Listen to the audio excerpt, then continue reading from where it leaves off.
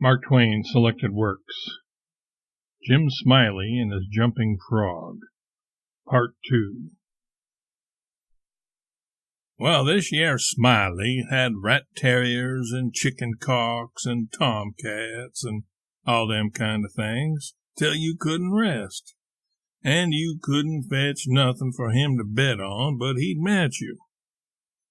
He catched a frog one day and took him home and said he calculated to educate him, and so he never done nothing for 3 months but sat in his backyard and learned that frog to jump. And you betcha he did learn him too. He'd give him a little hunch behind, and the next minute you'd see that frog whirling in the air like a donut. See him turn one somerset, or maybe a couple, if he got a good start, and come down flat-footed and all right, like a cat. He got him up so in the matter of catching flies and kept him in practice so constant that he'd nail a fly every time as far as you could see him. Smiley said all the frog wanted was education, and he could do most anything. And I believe him. Why, I'd seen him set Daniel Webster down here on this floor. Daniel Webster was the name of the frog, and sing out, "Flies, Daniel, flies!" And quicker'n you could wink, he'd spring straight up and snake a fly off on the counter there, and flop down on the floor again as solid as a gob of mud, and fall to scratching the side of his head with his hind foot as indifferent as if he had no idea he'd done any more than any frog might do. You never see a frog so modest and straightforward as he was, for all he was so gifted. And when it come to fair and square jumping on a dead level, he could get over more ground at one straddle than any animal of his breed you ever see. Jumping on a dead level was his strong suit, you understand, and when it come to that, Smiley would ante up money on him as long as he had a red. Smiley was monstrous proud of his frog, and well he might be, for fellers that had traveled and been everywheres all said he laid over any frog ever they see. Well, Smiley kept the beast in a little lattice box, and he used to fetch him downtown sometimes and lay for a bet. One day a feller, a stranger in the camp he was, come across him with his box and says, "What might it be that you've got in the box?" And Smiley says, sort of indifferent like, "It might be a parrot, or it might be a canary, maybe, but it ain't. It's only just a frog." And the feller took it and looked at it careful, and turned it round this way and that, and says, "So 'tis. Well, what's he good for?" "Well," Smiley says, easy and careless, "he's good enough, for one thing I should judge. He can out-jump any frog in Calaveras County." The feller took the box again and took another long, particular look and give it back to Smiley and says, very deliberate, "Well, I don't see no points about that frog that's any better than any other frog." "Maybe you don't," Smiley says. "Maybe you understand frogs, and maybe you don't understand them. Maybe you've had experience, and maybe you ain't only amateur, as it were. Anyways, I've got my opinion, and I'll ask $40 that he can out-jump any frog in Calaveras County." And the feller studied a minute, and then says kind of sad like, "Well, I'm only a stranger here, and I ain't got no frog. If I had a frog, I'd bet you." And then Smiley says, that's all right.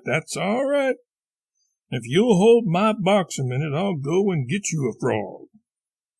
And so the feller took the box and put up his $40 along with Smiley's and sat down to wait.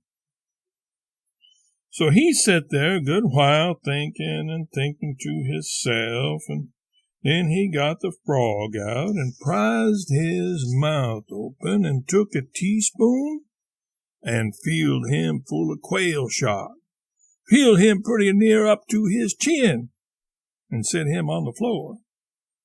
Smiley, he went out to the swamp and slopped around in the mud for a long time, and finally he catched the frog and fetched him in and give him to this feller and says, "Now, if you're ready, set him alongside of Dan'l, with his 4 paws just even with Dan'l's, and I'll give the word."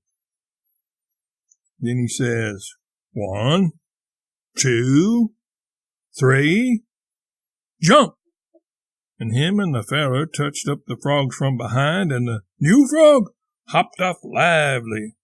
But Dan'l give a heave and hoisted up his shoulders, so like a Frenchman, but it wasn't no use. He couldn't budge. He was planted as solid as an anvil, and he couldn't no more stir than if he was anchored out.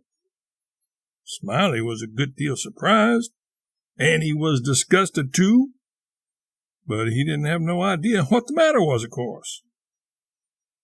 The feller took the money and started away, and when he was going out at the door, he sort of jerked his thumb over his shoulder this way at Dan'l and says again, very deliberate, "Well, I don't see no points about that frog that's any better than any other frog."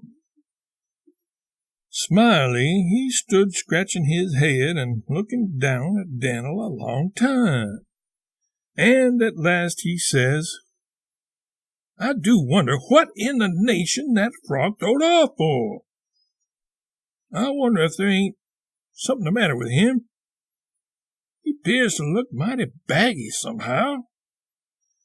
And he catched Dan'l by the nape of the neck and lifted him up and says, "Why, blame my cats if he don't weigh 5 pounds, and turned him upside down, and he belched out about a double handful of shot. And then he see how it was, and he was the maddest man. He set the frog down and took out after that feller, but he never catched him. And here Simon Wheeler heard his name called from the front yard and got up to go and see what was wanted. And turning to me as he moved away, he said, "Just set where you are, stranger, and rest easy. I ain't going to be gone a second." But by your leave, I did not think that a continuation of the history of the enterprising vagabond Jim Smiley would be likely to afford me much information concerning the Reverend Leonidas W. Smiley, and so I started away. At the door, I met the sociable Wheeler returning, and he buttonholed me and recommenced. "Well, this here Smiley had a yeller, one-eyed cow that didn't have no tail, only just a short stump like a banana, and—" "Oh, curse Smiley and his afflicted cow," I muttered good-naturedly, and bidding the old gentleman good day, I departed. Yours truly, Mark Twain. November 18, 1865.